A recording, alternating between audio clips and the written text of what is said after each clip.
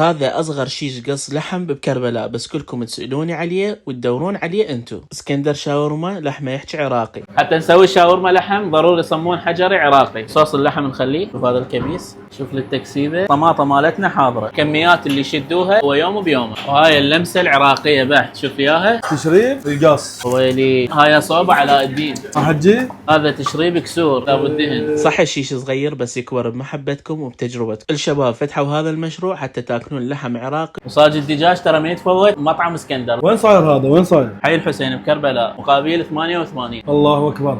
بقى كسترة لحم، هاي بقلاوة لحم نمطرها بهذا الدهن، قسم من فوق ومن جوا.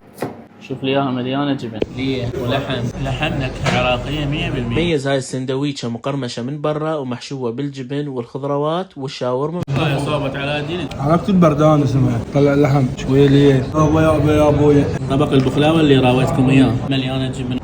مستحيل اخوي يشوف شاورما اسكندر. عندهم الريزه وعندهم وجبات الدجاج واللحم يوميا عراقي 100%. لا تنسون تجربون شاورما اسكندر ودعموهم. مقابل مطعم رزان، مقابله بحي الحسين على الخدم.